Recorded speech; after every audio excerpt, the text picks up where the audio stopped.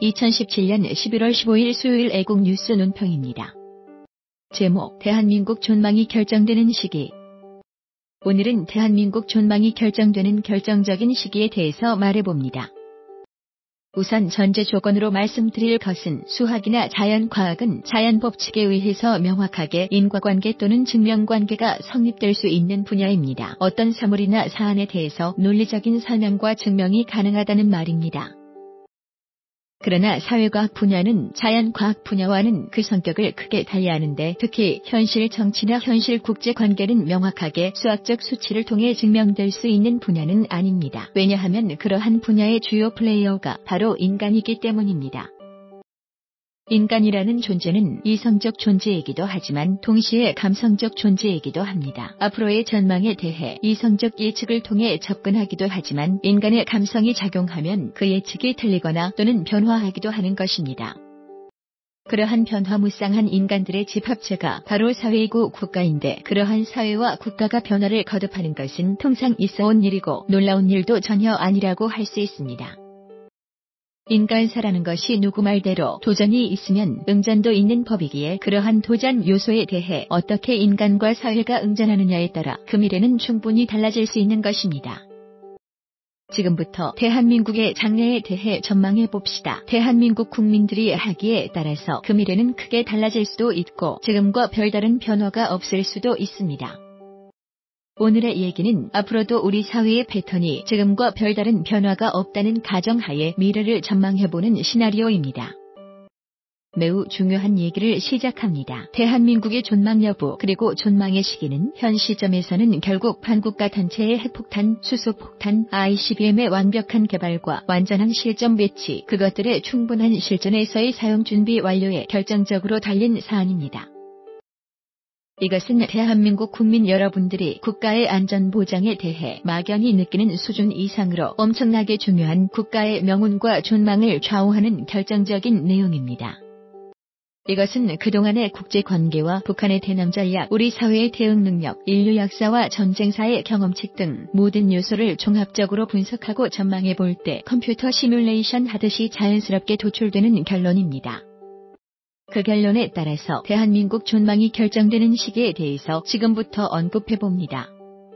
대한민국의 존망이 결정되는 시기는 앞으로 최단기 약 6개월에서 통상 약 1년 정도 사이에 달려 있습니다.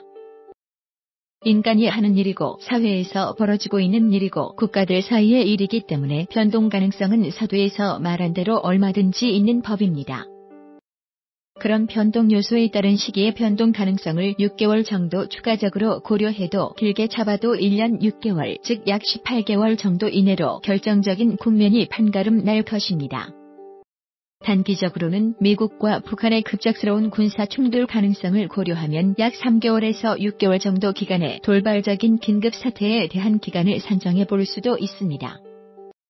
그러나 북한의 경우에도 자신들의 핵무기 프로그램 전체가 완벽히 준비되지 않는 시기에 미국과의 전면 군사 충돌이라는 모험과 도박을 할 수가 없을 것입니다. 바보가 아닌 이상 말입니다. 우발적 사태와 오판의 가능성은 항상 있는 법이지만 최근 2개월 정도의 흐름을 볼 때 북한 지도부가 자신들이 생각하는 완벽한 또는 적어도 충분한 준비 없이 도박이나 오판에 나설 가능성도 크게 또는 점차 줄어들고 있습니다.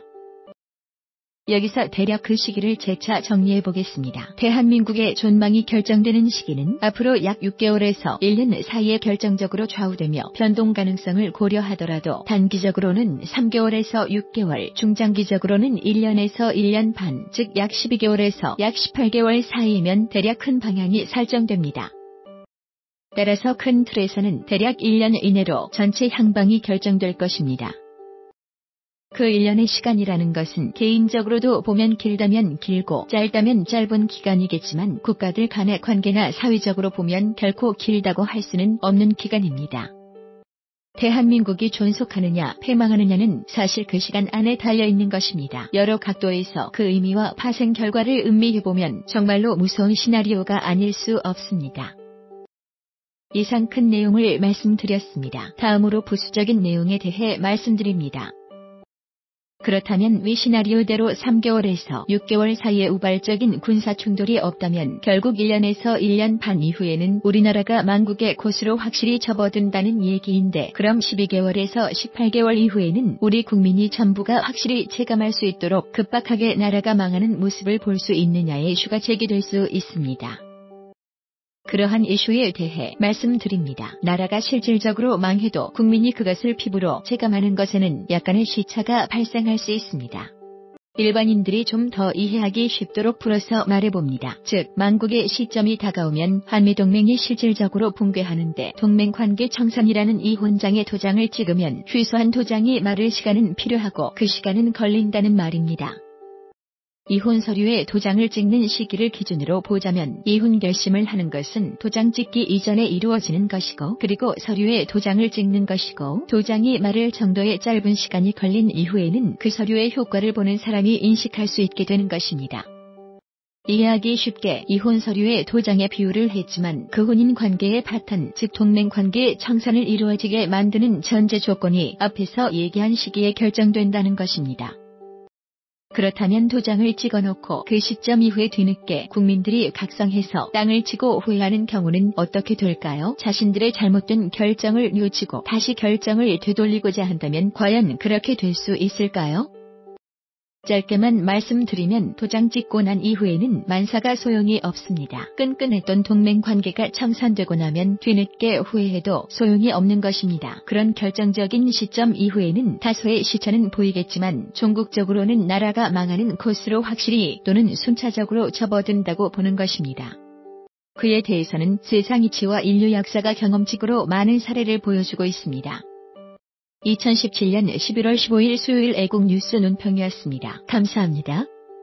애국뉴스 www.aejuknews.com 애국TV www.aejukTV.com 끝